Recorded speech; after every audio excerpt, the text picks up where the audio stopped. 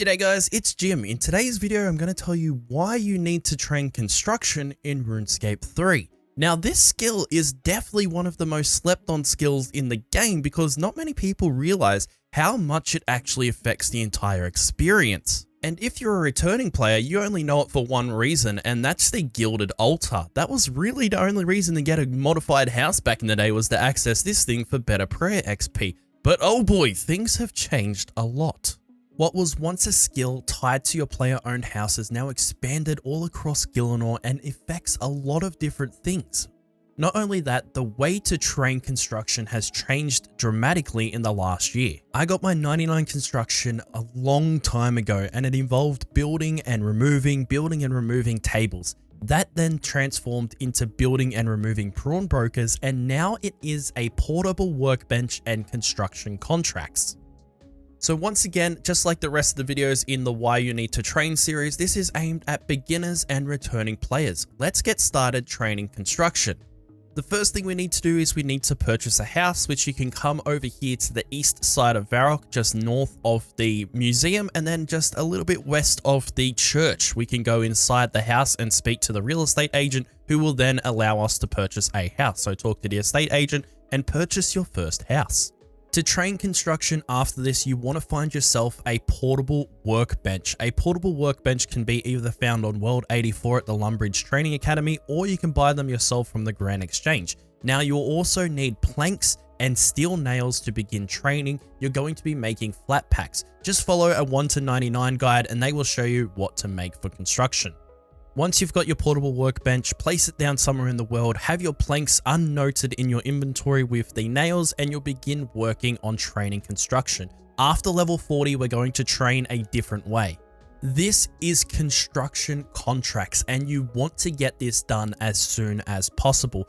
Go back to the estate agent, right click them and go to the contracts option. They'll give you a house that you need to go and repair. So take your planks and your nails of the best variety that you can and go and repair their items. This will start construction contracts. You now have a list of items and a location, so you go there and you repair all of the items that are on the list, and you'll get a bonus XP reward. This will give you free XP as a reward, but it will cost you supplies and materials. But the reason why you're doing this is for your construction credits. When you first start, you'll notice you run out of planks. Now go back to the bank and grab some more, but we do have a way to fix this. After your task is done, you'll get your bonus XP, go back to the estate agent, and let's look at the shop. Right click the estate agent and go into the shop, and you will find plank boxes. These work the same way as a mining box does. It allows you to store planks inside so that you don't have to bank over and over again. So if you are doing the traditional method of training with the workbench, you can actually stay at the workbench for a longer period of time, and you can actually do your contracts a little bit faster. But the main reason you want to do this is to unlock the Master Construction outfit. This thing is OP as heck. It gives you a 6% XP boost when you're not even wearing it. It could be in the bank, it could be in Diango's store box. It doesn't have to be on you, and you still get a 6% boost to your construction XP.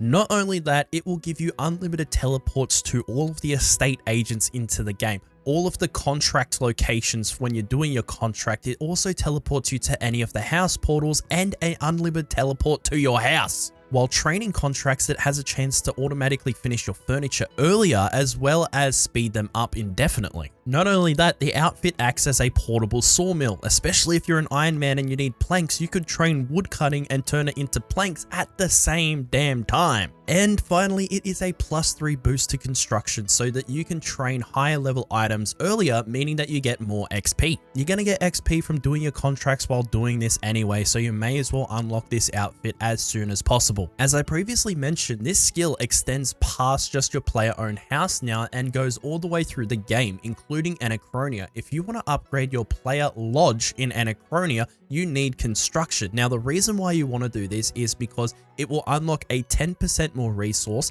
It acts as a prayer renewal, a health renewal, a summoning points renewal when you teleport to the player lodge. And at tier 3, which is 90 construction, you unlock the skill cape stand. This thing is awesome. So any of your skill capes that you have, such as the fire making cape working as a light source, or the defense cape working as a sign of life, bringing you back to life, It's going to do that. The skill cape stand is going to do that, so you definitely want to unlock this.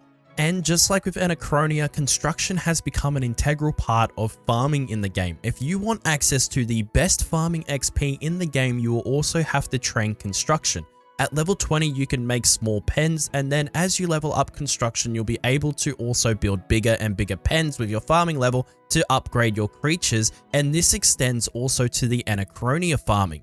Just like the player-owned farms, the Anachronia farms for the dinosaurs also have a construction requirement as well. And again, the reason why you want to do this is some really crazy farming XP, but not only that, the dinosaurs give you some insane perks, especially if you get into doing PVM related content. You definitely want to unlock these dinosaurs and do player-owned farms.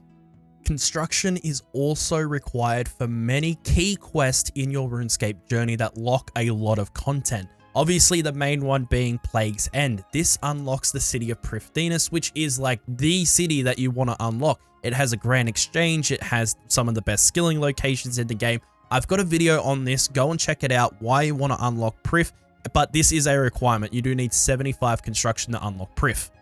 Another questline is the Missing My Mummy quest, which goes on to Desert Treasure and then Temple at Centerstein. These questlines are integral for any PVM or anyone who wants to get more damage on their account because it unlocks ancient magics as well as the curses, which again, they're integral for an account. The Fremennik Trials, the Fremennik Isles, Lunar Diplomacy. This is again another questline that unlocks a lot of armor for your account. Lord of Vampirium, which leads on to River of Blood. This unlocks the Sun Spear as well as Blood Rune Crafting, one of the best money makers in the game. And of course, Pieces of Hate, which is the Curse of Blackstone questline. This gives you really good lore for what's coming up in the game, but also it gives you a damage reduction while in elite dungeons. Let's go back to the house itself and tell you about what rooms have to offer. Starting off with the dressing room. In this room, it's all about increasing your bank space, and a lot of people don't realize this is actually in the game. The higher your construction level, the better quality items you can make and the more stuff you can store in there. We've got the magic wardrobe, the cape rack, the armor case, the treasure chest, the toy box, and the fancy dress box. All of which is available from your bank. Let's go have a look. When you click on your bank, you'll see this little house symbol down on the right hand side. This is accessing your player owned house, and as you can see, you can store a bunch of items in here that frees up your main bank. One of the most useful is obviously the cape rack, which holds all of your capes. This is different than the Anachronia one. They are not the same one, don't get confused. This is just a place to store all of your capes and keep them out of your bank. You have the magic wardrobe, which is all your mystic, your infinity, your lunar armor, so that it's not filling up all your bank spaces.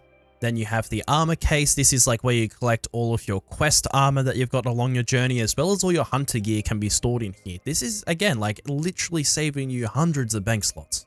Fancy dress is where you keep all of your just odd outfits, such as your Prif worker outfits, your mime outfit, all of those old outfits that you used to get from the store in Varrock can go in here as well. And then if you are someone who likes to do clue scrolls, you can have all of your clue scroll collections in here, which is nice because there is a lot of items in clue scrolls and it keeps track of it so that you can see how many things you actually have still to go. Back at the house, you'll find the Aquarium Room where you can build a prawn broker. Prawn brokers are really cool for fishing. This whole room is based around fishing. With the prawn broker, you can upgrade it and get prawn broker perks.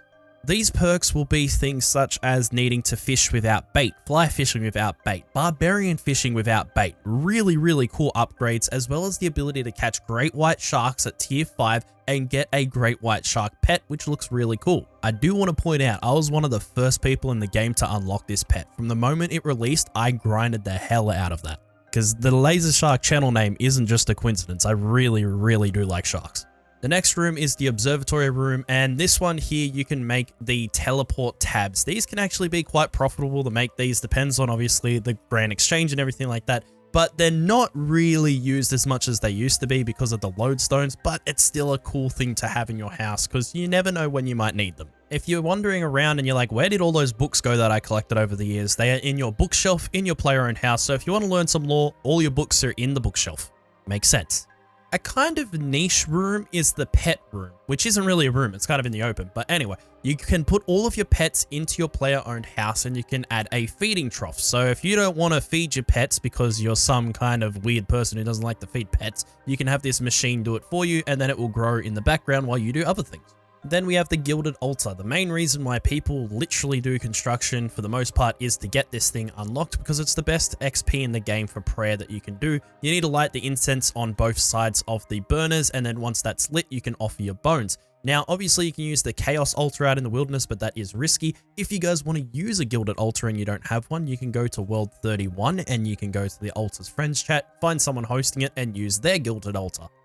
Which I actually have 4 Gilded Altars, and I will flex that because I have one dedicated to each of the gods. I've got Saradomin, Gothix, Zemrak, and then obviously I do have Bob. Now, there's no discrimination against any of the gods, they're all equal, except for Bob. He is somehow more equal than all of them and gets his own room. Speaking of Bob, you need to get yourself a repair stand. No longer go and see Bob's axe store. Get yourself a repair stand, they're only level 55 and they will save you so much in repair cost. Bob will rip you off, the armor stand is way cheaper and only level 55, go and do it. If you have an Iron Man account, this workshop room is also going to be very useful for all of the tools on the wall, as you can use them for any quest that you've got to do, or it's just an easy location to find all of these tools in one convenient place, just like the larder in the kitchen is. How many quests do you know that has the ingredients of eggs, milk, buckets, any of this like weird stuff? Well, the larder usually actually has a lot of these items, including potatoes, garlic, cheese, and onions. Back in the aquarium, if you are an Iron Man, this is actually a good source to get some clue scrolls. You can get an elite clue scroll from the treasure chest, you can access the coin purse here and get some planks for free from the coin purse, and there's also an oyster that can give you a gem for free if you wanted to use it. I know it's not much, but hey, if you're an Iron Man, you'll take anything, right?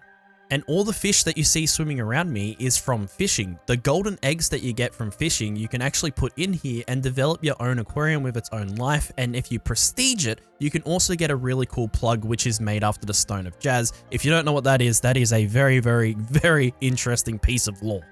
And there you go, guys. That is why you need to train construction in RuneScape 3. Jim, what about that other thing? I don't want to talk about that, man. You gotta talk about it. Remember that place that everyone hates, player-owned ports? Well, it is a huge fundamental piece of player-owned ports, so you're also going to need to train construction to do this if you're going for a completionist cape, and now we're done. No, you're not. What do you mean I'm not? Okay, you can build a telescope that tells you where the falling star is every single day. It's very useful for if you want to do the distraction and diversion minigame for mining. You can build yourself a ring that you can punch the crap out of your friends and you don't lose any items. This room's kind of useless now, but you can still build a portal room to get to some obscure locations with free charges. You can put an Amulet of Glory on the wall so that you get infinite Amulet of Glory teleports. If you find anything cool while you're out there skilling or killing, you can hang it on the wall.